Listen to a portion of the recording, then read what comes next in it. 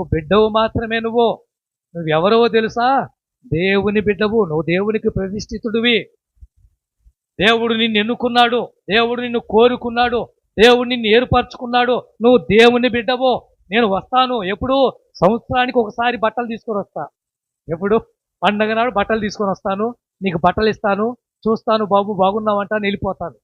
ఇవన్నీ కూడా పాలు తాగుతున్న బిడ్డకు ఆ తల్లి బోధించుంటేనే. లేకపోతే సమయలు ఎంత బిడేవాడు, అమ్మా అమ్మా అమ్మా అని. పాలు తాగే వయసులో అమ్మని వదిలి ఉన్నాడంటే ఎంత అద్భుతంగా బోధించుంటే.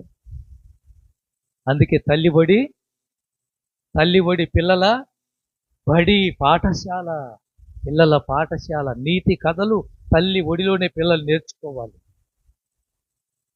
మంచి మంచి చరిత్రలు తల్లి ఒడిలోనే నేర్చుకోవాలి.